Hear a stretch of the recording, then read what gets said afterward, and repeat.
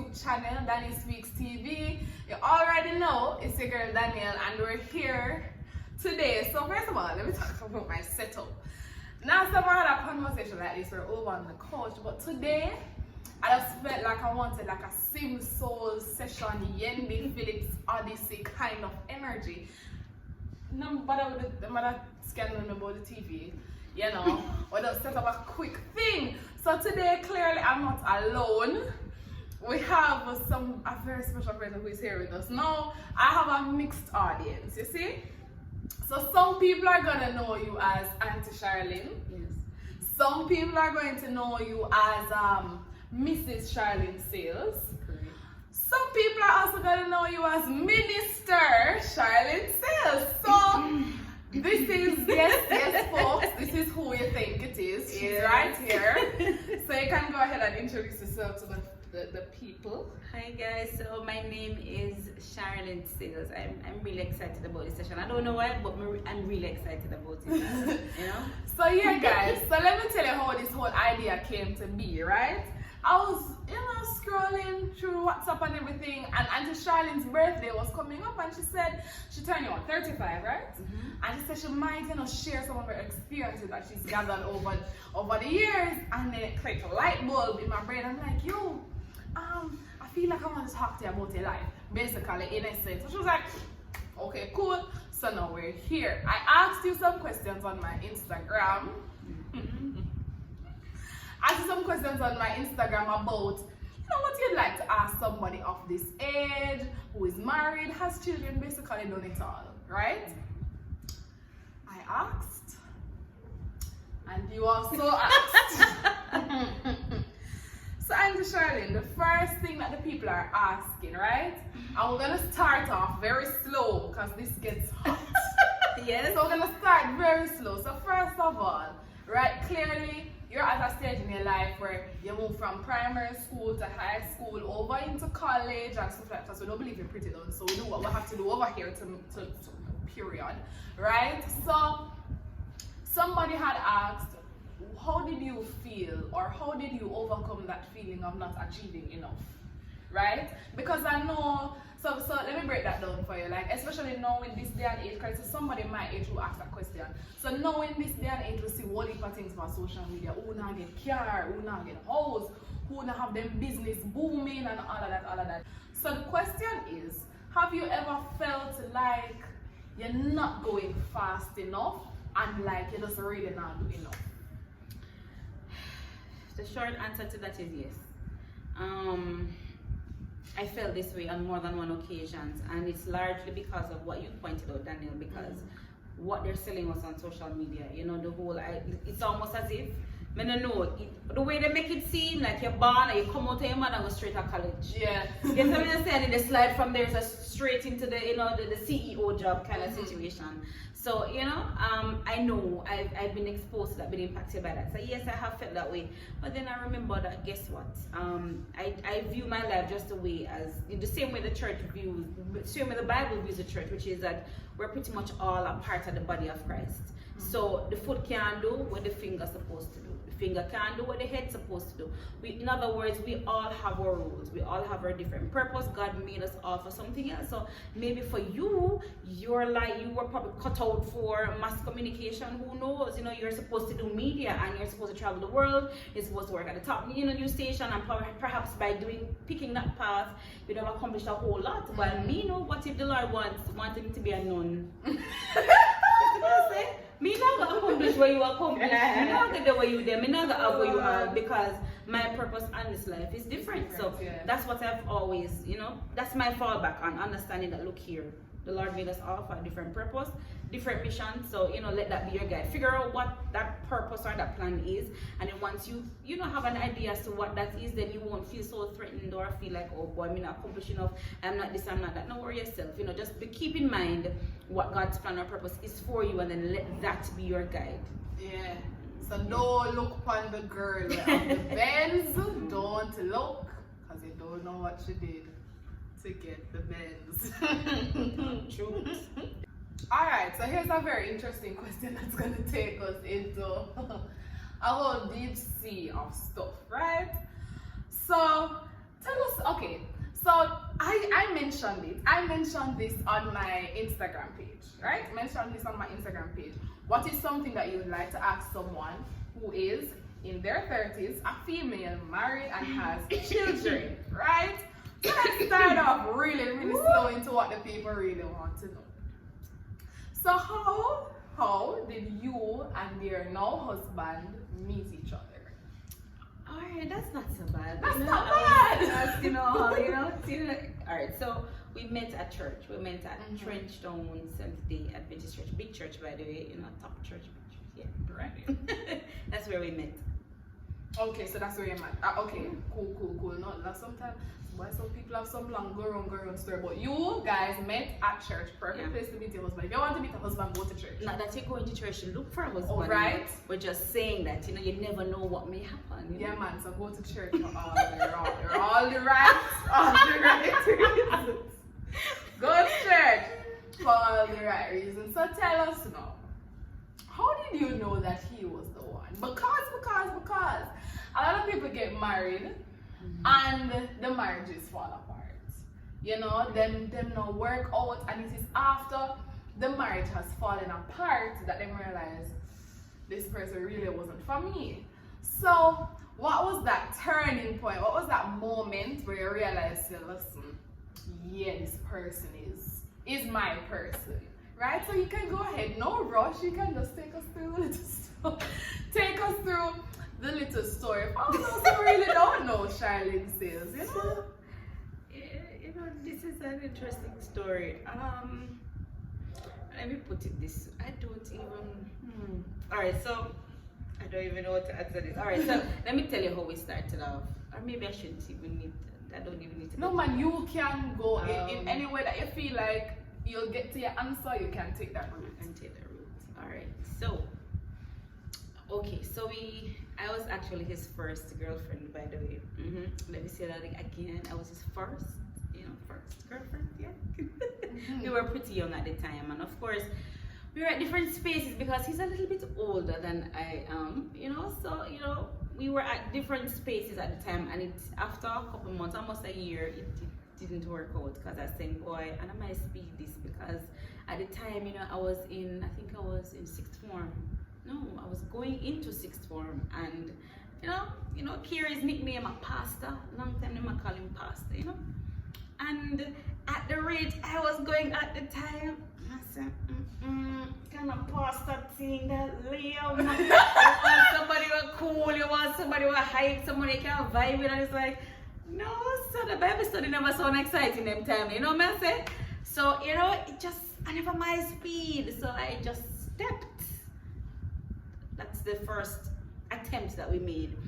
A few years later, he rediscovered me. Yes, I'm gonna put it that way. He rediscovered me.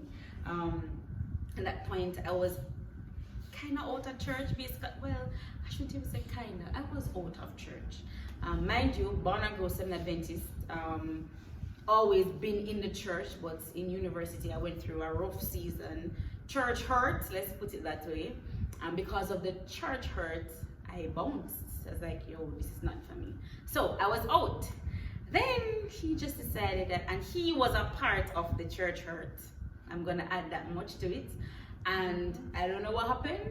I don't know if it's a sign from the Lord, whatever happened. He just decided that, hey, he's going to be relentless in his pursuit, and he decided to pretty much stop at nothing to apologize, to make amends for the hurt and to try to fix what happened, and because it was some deep stuff, let's put it that way. And he did not stop. I was like, okay, the man is serious. And at the time in the university, at that time things were kind of leveling out for me because I was growing up, getting more mature. So I realized, okay, I wanted more out of life than just the fun and the party. Yes, I did say that, the fun and the partying and the drinking. Yes, I did say that too.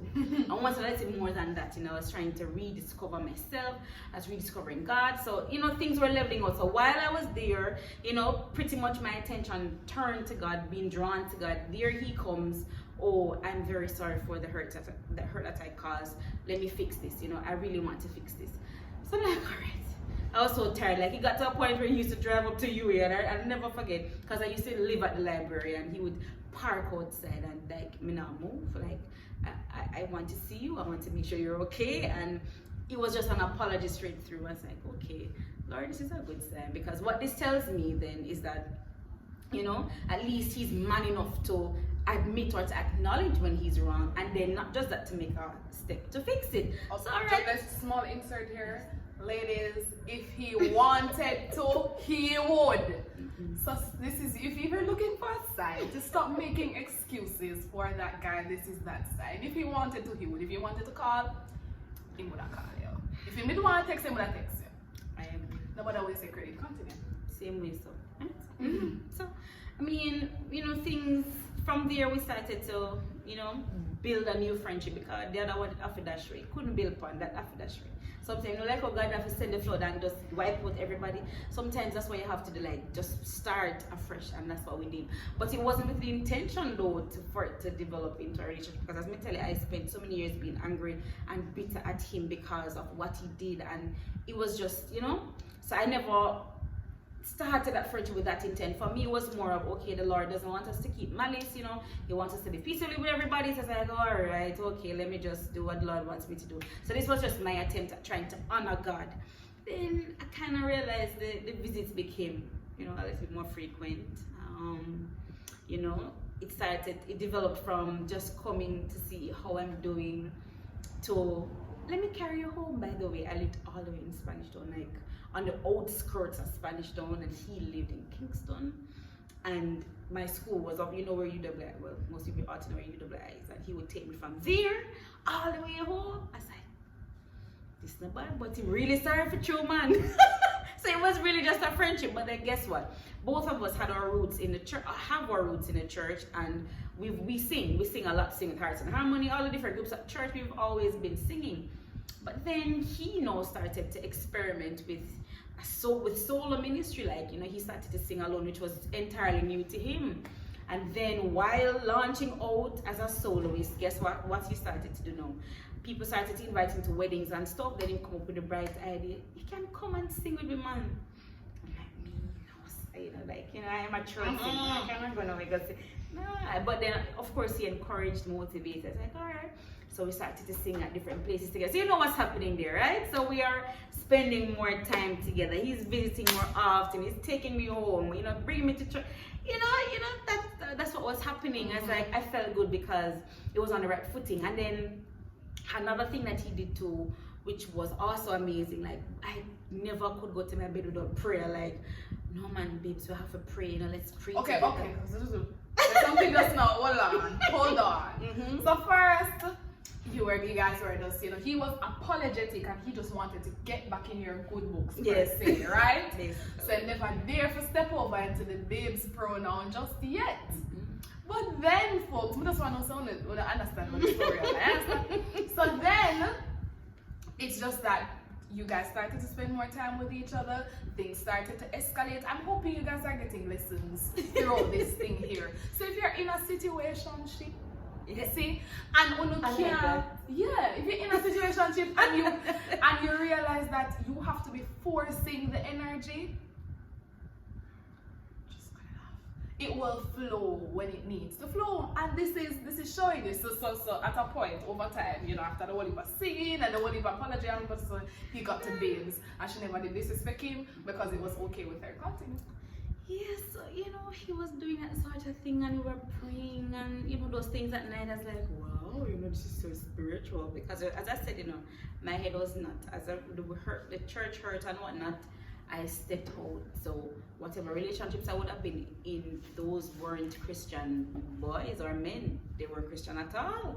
So this was new to me, you know, this whole spiritual kind of God-centered friendship. I was like, wow, you know, I said, Lord, this is good, you know, because at the end of the day, I've always wanted somebody who loves the Lord more than he loves me, and somebody who is so spiritually grounded that not even me on my best or worst days can, you know, sway them. So I like that kind of, you know, so, you know, softening, you know, the wall that was up before got shorter and shorter till it got to like a sidewalk kind of height, you know, that kind of way. So, you know, that's what was happening. And then, you know, he came up with the idea, he came up with the idea, so like an event, right? It wasn't really an event, but he just approached me one day. I'll never forget. and I think it was a black Pulsar that he was driving at the time, and he said, boy, Shar, you know, we've been through a lot, and you know, I think it's time for us to take the relationship to the next level. I was like, hell no. That was my answer, like, I don't know about this, because then like automatically what happened then was, it's like all the memories of what happened before started to flood my mind, the pain, the hurt. I said, God, I'm sorry, but I did not sign up for this. I can't do this again. I'm not out for a rerun. My answer was no. I'm being honest. He approached and I said no. And then he kept pressing, and then I said, guess what? Well, let's pray about this thing. Let's pray about it. Determination, young man.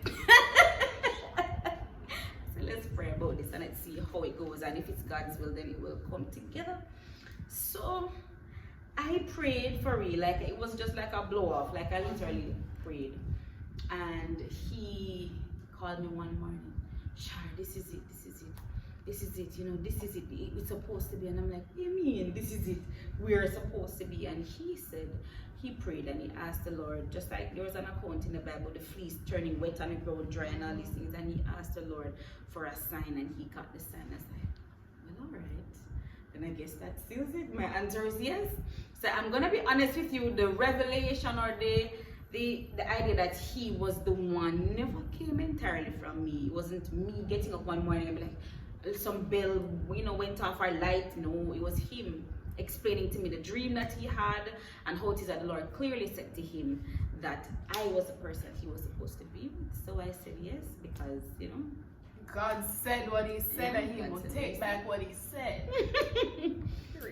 So that story should answer your question about how she realized that he was the one.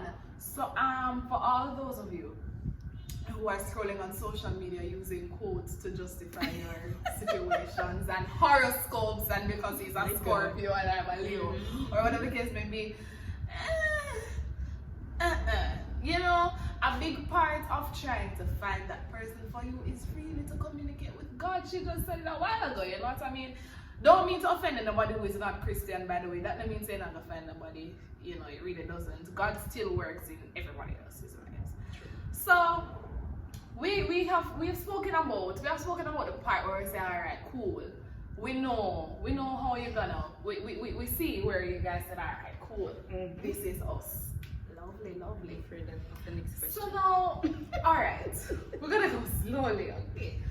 So we know that relationships are not a bed of roses, and in this day and age of social media, people put out their relationship goals and how, you know what I mean, love and everything, and relationships are perfect, and we go to Bali together and Maldives and everywhere, and people have unrealistic expectations of their relationships. Now here's this question: did you ever feel along the lines of, you know, having a relationship, so when I reach engagement or marriage yet, right?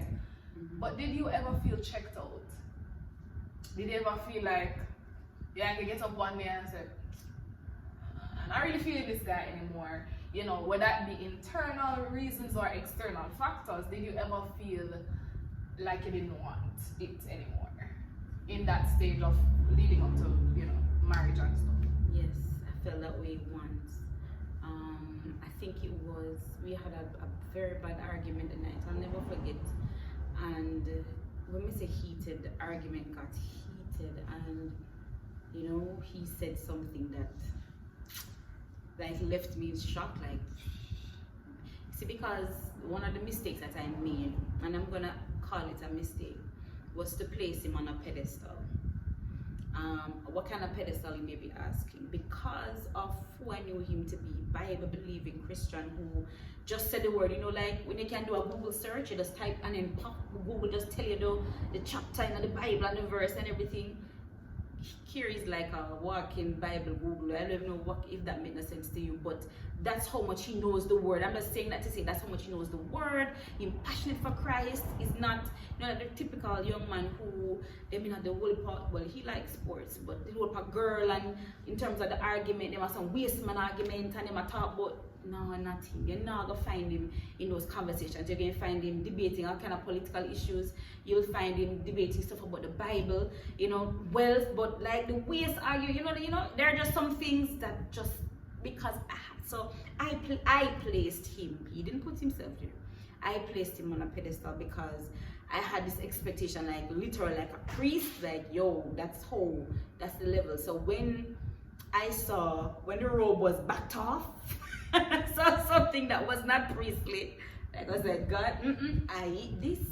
You know, I said no, I'm not subscribing to this. Like it took me again back to the old hurt. It's like, yo, I can't do this.